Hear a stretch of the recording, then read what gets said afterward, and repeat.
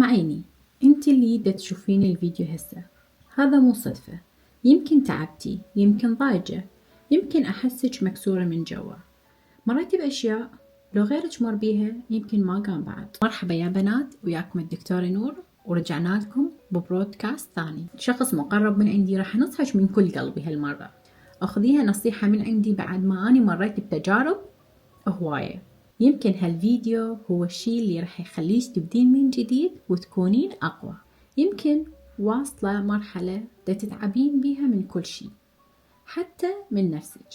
يمكن ما عندش طاقة وما عندك رغبة، بس يا عين يا صديقتي، شوفي، حتى أصغر خطوة اليوم تكفي إنه تغيرين شعورك، تكفي إنه تخليك تحسين إنه أنت بعدك حية ودا تعيشين يوم زين ويوم حلو. خلي نكشف الضغط الداخلي اللي دا يصير بداخلك. أنا أعرف شعورك، الأيام دا تمشي، الكل دا يتحرك، وانتي دا تحاولين توصلين، بس دا تحسين إنه كل شي واقف، حرفيا كل شي واقف. بس مو عيب يا عيوني، بطبيعة الحال راح تحسين بهذا الشي، وهذا الإحساس أبدا مو عيب. مو عيب إنه تحبين ترتاحين شوية، يجيك يوم إنه أبد كل شي ما تريدين تسوين بس تكونين بالفراش، إنه يجيك يوم إنه فقط تبقين فقط على التليفون وتقلبين وما ما تسوين أي شي، إنه يجيك يوم تريدين بس تقعدين تشوفين فيلمك المفضل. مو عيب ولا غلط، بس العيب إذا خليتي هذا الكسل يسيطر عليك وعلى حياتك كلها. يعني يومين يكون نفس الروتين ومستمرين بنفس الطريقة، هو أصعب إحساس. ويوم بعد يوم، يوم بعد يوم تضيعين وقتك وانتي ما تسوين أي شيء. هذا أصعب إحساس. انتبهي وياي، انتي قادرة تتغيرين وأكثر من ما انتي تتصورين. كل مرة تنهضين رغم التعب، وكل مرة تحاولين رغم الضغوطات. هذا دليل على انك قوية. ما تحتاجين الدوافع الكبيرة من الناس ولا التشجيع القوي، تحتاجين بس خطوة بسيطة واحدة باليوم تكفيك وتغنيك وتخلي يومك كلش حلو. بس اليوم هو راح يكون يوم البدايات. ابدأ بخطوة واحدة بس، أي خطوة حتى لو كانت صغيرة، حتى لو 10 دقائق. خليش تتحركين. عندك حلم، اشتغل على هذا الحلم فقط 10 دقائق. اخذي نفس عميق من داخلك وقولي أنا راح أحدد حتى لو 10 دقائق أشتغل على هذا الحلم. تريدين تتعلمين لغة؟ أخذ 10 دقائق. تريدين تقرين صفحة من كتاب؟ أخذ 10 دقائق. تريدين تمارسي رياضة؟ أخذ 10 دقائق. وال10 دقائق كل يوم ضيفي لها بعد 10 دقائق لحد ما تبتين تسوين عادة لنفسك إنه تشتغلين على حلمك.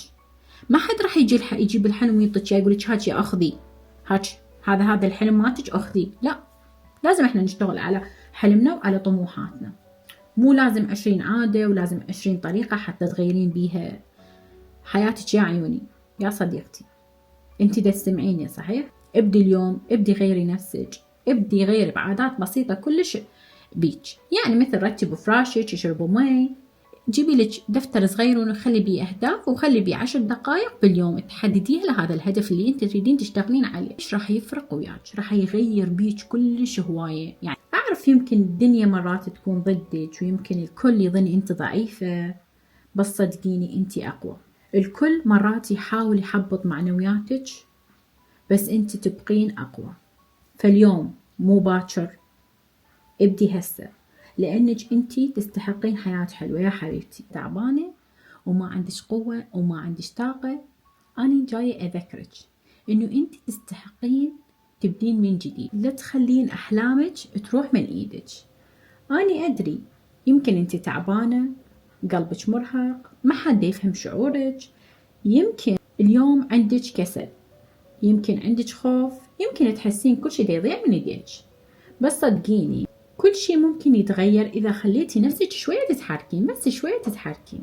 انتي أقوى ترى من ما تتصورين. انتي عندك طاقة يمكن ما موجودة عند غيرك، وحتى لو مريتي بأيام كل الصعبة انتي بعدك تقدرين توقفين على حيلك، وهذا انتصار بحد ذاته. هم بيوم حاولتي تواجهين الكسل، خلي أقولك مو كل تعبك تعب، ولا كل كسلك خسارة.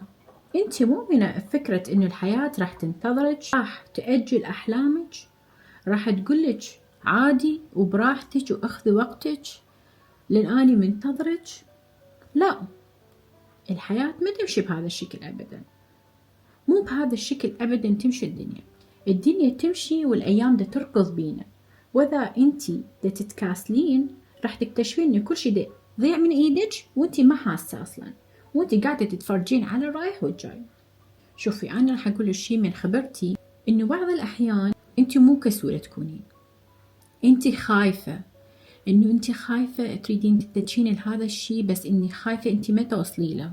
بس لا تخلي الخوف يكسر طموحك، لأن أنتي إذا وصلتي لهذا الشي أو إذا كان بصالحك أو مو بصالحك أحسن إنه أنتي ما توصلي له. يعني مثلا نقول إنه أنت عندك مقابلة بهذا يعني عمل باكر، إذا كانت مو إيجابية فراح تحصلين خبرة، راح تعرفين تتعاملين مع الموضوع مرة ثانية بأروحية أكثر، بقابلية أكثر. هذه إذا صارت بجانبك فأنتي رحتي قابلتي المقابلة نجحتي بيها، فراح يكون شيء إيجابي إلك. شوفوا بعض الأحيان هو يكون مو كسل، أنت تكونين خايفة تفشلين، خايفة من الناس، خايفة تتغيرين، خايفة من نظرة الناس، خايفة من أول خطوة أنت تخطيها. خلنا أقول لك شغلة، أنا ب 2015 قررت أفتح قناة يوتيوب، ولكن كنت خايفة من الفشل، خايفة الناس شنو راح تقول، خايفة الناس شنو راح تحكي. بوقتها مو كل البنات كانت تطلع على السوشيال ميديا، مو كل البنات كانت عندها هاي الجرأة إنه تتمكن وتطلع وتحكي، ويعني كان المجتمع شوية يعني ما يتقبل هاي الفكرة، قليل جدا اللي طلعوا للساحة. كان أول فيديو نزلته على قناة اليوتيوب إنه أنا كنت أطبخ، شغف الطبخ وهذا الشي حبي للطبخ. أول فيديو نزلته تقريبا جاب لي 45 فيو، والمقربين كان مقرب كتب لي يعني، ومن عندهم كانت واحدة من الصديقات كتبت لي عاشت إيدك، ولكن بعدها كتبت لي بالخاص يعني بعثت لي رسالة شنو هذا ما حلو، تصوير ما حلو، ما أعرف شنو، يعني كلام كان كلش محبط. يعني بعد ما سمعت الكلام اللي هي بعثت لي إياه حسيت إن نفسيتي كلش اتدمرت، حسيت إنه أنا ما دا أقدر أكمل، حسيت إنه أنا لازم أمسحها. فشنو سويت أنا بهاللحظة؟ قمت ومسحت، لأن كان أكو خوف إنه خلاص هذا ما حلو، كلها ما راح تحبه، أنا ما أقدر أستمر بهذا الموضوع. فشنو هي وقفتني عن أحلامي. ولكن هسه أنا بعد ما عشت تجارب هواية، خضت معارك هواية بالحياة، عرفت إنه وجود بعض الناس، خوفكم من بعض الناس، خوفكم من بعض العلاقات التوكسيك اللي هو يخليكم ترجعون لورا بدل ما تطلعون انتوا لقدام. شوفي بس خلي اقولك هاي الشيء، اول خطوة هو الشيء الوحيد اللي لازم تغيرينه بحياتك، انه لا تنتظرين دافع من احد، لا تنتظرين احد يقولك ايه امشي وروحه، او يقولك كلام ايجابي من الدائرة ما دائرك اللي حواليك، ان كانوا اصدقاء اهل.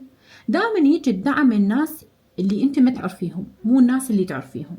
خلي يكون عندك انضباط يقودك للافضل، ولا تنتظرين احد يشجعك، انت كفايه تشجعين نفسك. اني هسه واحده من الناس دا اسجل لك هذا الفيديو، اني كانت عندي تشجيع نفسي حتى اني اسوي لك هذا الفيديو، لان انا كنت بعمر العشرينات كنت اتمنى أحد يجي يقول لي هذا الكلام، كنت أتمنى أسمع أحد يشجعني، كنت أتمنى أحد يقول لي قومي وسجلي. كان عندي الشغف، كان عندي القدرة، كان عندي الوقت، ولكن كان الكلام والأكثرية يقولوا لا، ركزي على دراستك، ركزي على اللي أنتي بيه حاليا، تركت الطموح، تركت الشغف، تركت وتراكم. ولكن هسه أنا رجعت بقوة، ورجعت إنه اللي أنا أريد أسوي اللي أنا لازم أحبه. ترى العمر دا يمشي، سواء سويتي اللي تريدينه أو ما سويتي، بس الفرق شوف راح يكون فرق شيء واحد بس، إنه في أكو ناس راح تعيش وناس راح تتفرج. الناس اللي راح تعيش اللي هم راح يسوون اللي يريدونه، والناس اللي راح تتفرج الناس اللي ما سووا اللي هم يريدونه. يعني إذا أنتي هسه تريدين تدخلين بعالم السوشيال ميديا، سواء سويتي فأنت راح تعيشين هذا الشيء، راح تعيشين نجاحاته، فشله، كل شيء راح تعيشين بيه. بس إذا أنت ما سويتي، أنت بس عندك هذا الحلم أنت راح تطمحي له، وأنت ما سويتي راح تبقين أنت حالك حال الناس، أنت تتفرجين فقط. تعرفين شنو أصعب شعور والأصعب إحساس؟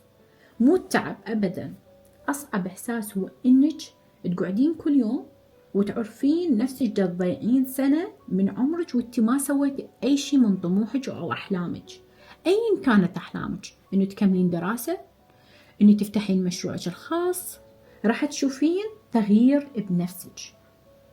مو 20 عادة، مو روتين خرافي اللي نشوفه حاليا بالسوشيال ميديا، لأن الروتين لازم تختارين روتين مناسب لحياتك.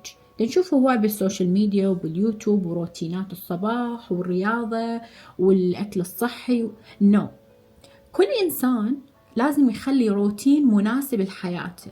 ما نقدر احنا نجمع هاي الروتينات الموجودة حاليا كلها بالسوشيال ميديا ونخليها بحياتنا، لأن كل إنسان عنده لازم يكون روتينه الخاص المناسب لحياته. شنو مناسب إله بالضبط؟ مثل هسه أنا عندي تكيس موبايل، ايش راح يكون مناسب إلي؟ إنه أكل أكل صحي، أكل مثل وجبتين، أقلل الأكلات اللي يكون بيها دسمة وقلي وحلويات. بهذا الشيء هذا مناسب لحياتي، ودخل فد شي رياضة مناسبة لحياتي، لأن ساعات عملي تختلف، أني أم وعندي مسؤوليات، عندي أطفال وعندي مسؤوليات بيت، فأني ما أقدر أسوي الناس اللي تسويه اللي تكون مثل حياتهم عزابية، اللي عندهم الوقت الكافي، اللي هم عايشين ويا أهاليهم مسؤولين عن بعض الأمور، أجيبها لحياتي وأني أم.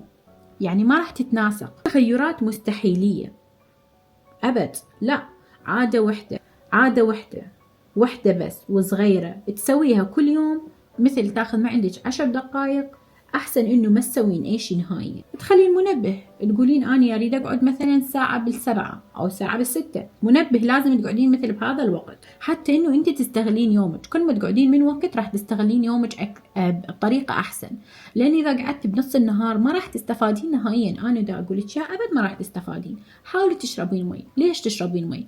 أول جسمك راح يستفاد، راح تستفاد صحتك، بشرتك راح تستفاد، كل شيء بجسمك راح يشكرك. رتبوا فراشك حتى تحسين عندك طاقة حلوة من دخلين غرفتك، تحسين غرفتك مرتبة وحلوة.